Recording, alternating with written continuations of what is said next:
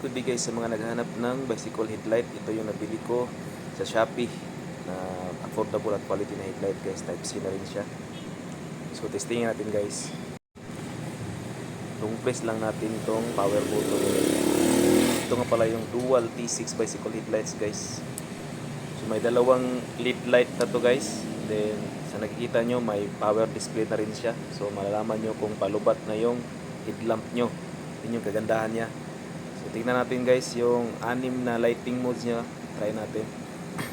Kasi may dalawang lead light na to. So may left high beam, left low beam, right high beam at saka right low beam at mirror.